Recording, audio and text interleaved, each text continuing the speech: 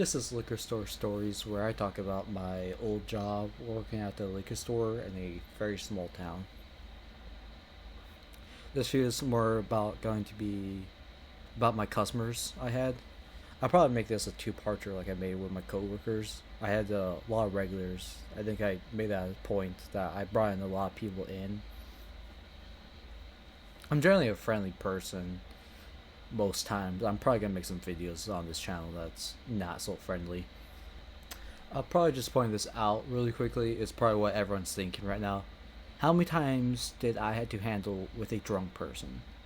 Not too many times. Probably a couple times, but I couldn't really tell, or you couldn't drive your way to a liquor store anyways. To be honest, I probably handled with a couple alcoholics that were sober at the moment, and that's why they were probably in a bad mood. I think I point this out in my first video. My, not my boss. Well, technically, it's the boss. The owner, one of the owners of the place, drinks a lot. He drinks a shit ton, actually. He's always coming in, and by at this point, I'm working 5 days a week because I love the job, and I needed a lot of money. He would come in like every single day I'm there, and sometimes he would also bring in his co-workers because he ran like a welding shop across the street as well. So his co-workers would sometimes come over. This man buys 24 packs of Bush Light every time I see him. I never see him buy anything else. He always buys that. A 24 pack of Bush Lights and maybe something else. His wife will come in, probably buy like a 12 pack of the low cars Bush Lights. I forgot what they're called. It's like a light blue white box, if you ever seen them. They look like the non-alcoholic boxes, but they're actually just the low carbs. His wife would come in, buy those. He would come in and buy like 24 pack, but he would buy them like regularly. His wife buys them like weekly or less than that, actually. His wife is actually a pretty lovely person. He's alright. He comes in and looks around the store to check that everything's working. Now, if I told him there was an issue, he would come over and try to fix it, or send someone to come over and fix it. Man, I gotta tell about the freezer story, don't I? Now, if it wasn't a 24 pack of Bush Light, it would probably have been something like, I don't know, Black Velvets, probably a couple shooters, just all the popular things. Nothing too ridiculous. Oh, if some stock wasn't selling, he would probably buy that. Like, I think he bought some Coors Banquets, because those just don't sell at the store for some reason. I thought those were pretty popular for, because I saw a skit or a comedy skit about that. Now, the reason why I know this guy's a drunk is, one, he's always drinking. Two, his family has a problem with him. It's mainly his family. And just point this out, I don't think he believes in depression, or he doesn't believe in therapy at all.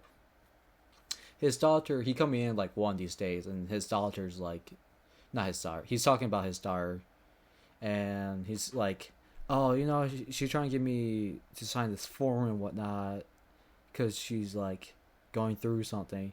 It's like, yeah, he's the owner of the place, so I had to nod along. I can't say like, no, man, I think you should sign it. You definitely having some kind of problems, and she probably scared. It's a horrible family, I won't lie.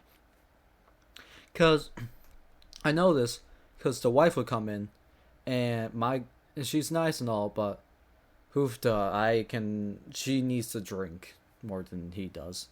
Cause she would come in, she's all worried and shit, cause the daughter ran away. It's not like a 18-year-old. We're talking like preteen to, I guess, 16. I actually don't know how old she was. I think I worked with her before, but that was it. The wife's talking about how her daughter's missing. Of course, like, if I ever see her, I'll point it out.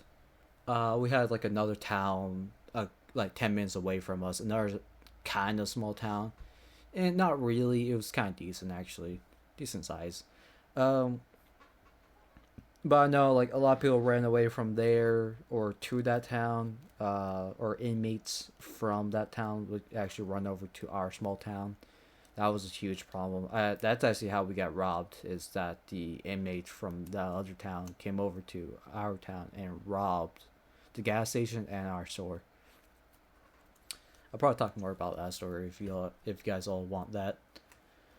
But there was that whole issue with the wife and the owner of the store, and I just never got to know the end. I think the daughter did came back because then it was talking about therapy and whatnot. Although the coworkers of the owner was pretty chill guys, I won't lie. They were all pretty decent guys or pretty cool. I won't lie. One of the guys I knew pretty well. He's was just a chill dude. He comes and he buys like Mike's Hard Laminates, the single cans, or he buys those. Oh, I just remember what they're called. They're called Twisted Teas. That's exactly what people would want. They would buy the Twisted Teas in the summertime. Those got ridiculously popular for some reason. I have no idea where they come from. He comes in, we have a nice little chat. You know, cool guy. The other guy, oh boy, I just remember something about him. He comes in, nothing bad about him. He was a pretty cool guy like the other guy. They were pretty decent people. But they come in and he buys like fireballs shooters. Yeah. It was rather the shooters or like a full bottle of them, like a liter or the 0.75 milliliters or something like that. He would get like those, and it was rather that for himself or for his girlfriend. Uh, I just remember one day he came in like frustrated. I'm like, "Whoa, man, you okay?" Because I know he's a chill dude, so I'm like, "Hey, what's wrong?" And he responds, "Man, all these people, they don't believe me." He's like, "Believe you in what?" That the zombie apocalypse is gonna happen. He's one of those people. I have no issue with these people.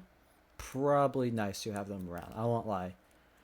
He's talking about all the zombies apocalypse. I'm going along because I'll believe him. I have no doubt that it could happen, or I'm always like want to prepare for some shit. So he's talking about that, and next thing I know, I'm part of his list of people that he would allow into his bunker. I got safety, guys. I'm safe from the zombie apocalypse. This man would save me. How lovely. This is the perks about being the liquor store cashier. Is you get to see all kinds of folks. I swear to God. There was the second owner of the store who will also come in, and he's the guy who buys the Pabst Blue Ribbons, and he would buy like 30 packs, and then he would also get like Mark's Hard Laminates, like a bunch of them actually. This man bought like the 30 pack, and then he got like two, the 24. Well, technically 24. He got like 48 of the singles actually. I don't know why he just bought that in bulk at this point. Like it's lovely to support the store and all because it wasn't doing so hot till like I showed up. But mainly the Mark Short Lamies was just for that guy's girlfriend. I don't know how hard his girlfriend drinks, but man, she must go hard on the. No, we don't actually sell the Mark Short Laminates in like a box or whatnot, or like how the 24 packs of Busch Lights are packed, or any type of beer you would see that's in like a multi pack. He bought the singles separately from each other. He pulled them from our back shelf and grabbed like the 24 pack cartons we have that they would keep them in when you're delivering them. And that's the thing I would rip open to stock them later. No, he grabbed like two of those suckers and just like brought it up to my cashier clerk desk. I don't know what I call it, the table, and I bring them all up. Man, now remembering it, there are some times where like people are very much willing to spend on drinks. I always like I always like to remind myself like, alcohol is not all that special. It's just juice with something that makes you kind of happy. Supposed to make you happy at least. Sometimes it makes you rage. I don't know how often people do this. I do it often because I don't mind it. It was just fine to do it at here, I guess. But I know there's a problem with the whole you close and the customer comes in late, or you're about to close and the customer coming in. I never had a problem with that.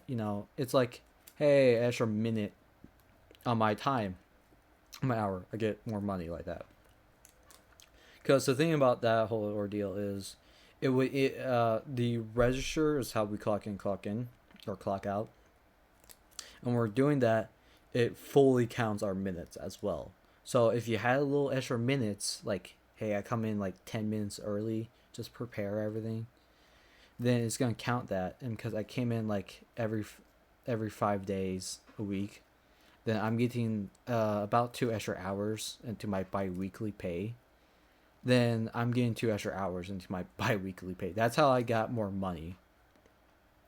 That might sound scummy, but like $8 an hour isn't much, and I deserve much more than that. After all I've been doing for this shop, people will come in pretty late. It closes around 9, sometimes later if it was like a special event. And I remember this one trucker. He's coming in late, or actually no, he came in past when I was closing. And I was about to get in my car. I saw him like running up to the store. I'm like, oh hey, you coming in to buy something? And he's like, yeah. Do you mind? Like, cash or card. The thing about cash is you gotta count that.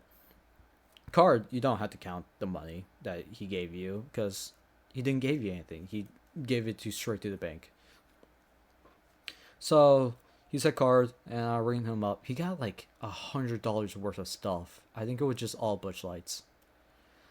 Man, people in that, and not even that town, just that state, really loves Busch Lights and Black Velvet and Mark Sour Lemonade. All and Fireballs. Oh, and vodka. A lot of vodka. Our vodka would always empty out. There was another person who came in really close to late, and she was coming in just buy like a couple small things. I said, yeah, it's fine, because who cares? They want to drink. They're probably coming back home after work, so I'm like, they deserve a little drink. Who am I to say no? And I think that's something like all these mom and pop stores had to understand, or even just stores in general. Like, you have to get a good part in the community. Because the reason why this store closed down is because, one, the community did not want to support this place. The only reason why this store was doing so well was because I came in, and a lot of the community in this town are knew me, and the people, like, I helped out my neighbors a lot, and everyone knew me as like a good kid. There wasn't much competition, I won't lie. The other competition was a massive racist entitled kid who stole from his big sister, and the other kid was also a racist who I'm pretty sure threatened his grandma a lot. Not for good reasons either. So yeah, I was pretty high up in there. It wasn't much competition. Oh, another kid who stole a lot, like a lot of things, and graffiti a lot of things. Yeah, so it wasn't like much competition to like actually be a good person here. Just be like a decent person.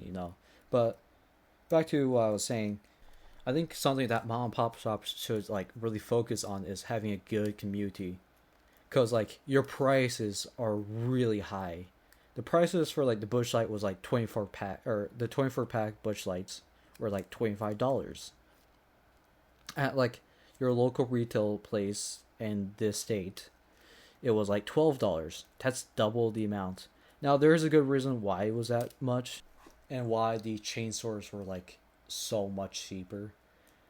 I'll probably talk more about that when I like make a mom and pop shop store video. It'd probably just be another part of this series I'm making because like I'm already working at one, so I can just tell you guys all the inside stories about working or like the problem about the mom shop store because it's like it's double the price compared to most chain stores, and it's still like it's horrible to buy from mom and pop shops. I just went down to my local candy store, and a bag of candy was like $7. But like I've been saying, community driven, you gotta work on that. If you're working at like a mom and pop shop, you gotta be decent people. You gotta really be in the community. Get with the library. That's a good option, actually. That's a really good option. Get with the library.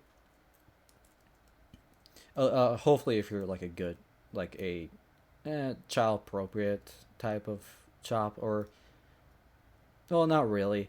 The thing is, the library was sometimes show up because they would like run things over there and be like, "Hey, we're doing this for all ages." Kind of weird because it's like it's more for kids, but and the liquor store's not for kids. But who minds? Sometimes there was kids coming in, and I didn't bat an eye. Just make sure that they weren't buying drinks. I'm talking about not like teenager trying to buy like drinks. Too, I gotta talk about that problem. But more like little Jimmy, 4-year-old boy, coming in with his big ass dad, and the dad just wants a couple fireballs. Actually, I'll probably talk more about like little tricks mom and pop shops can do to like get like to get a little bit more support or like a little bit more money in their bank's account. Because here's the thing I would do if like someone brought in their kid, and the kid like kind of want like a snack or something. I'll talk about the whole 13 plus family. Yeah, boy, no, it was close to like 27, 26 plus family. They brought in all their kids, and they're all want a snack or something. We sold honey sticks. That might sound not much like a snack, but it'll please the kids till they can get somewhere else. And we ran out of honey sticks that day. And anytime a kid will show up, hey, you're gonna sell them a honey stick. Pretty easily. Nice and simple. And the honey sticks were like local honey we worked with another company. But that's probably all for today's video because this video's getting pretty late as like last video. I never mean to make these videos like go past too long. I just have so much to say. So expect like a part 2 about the customers.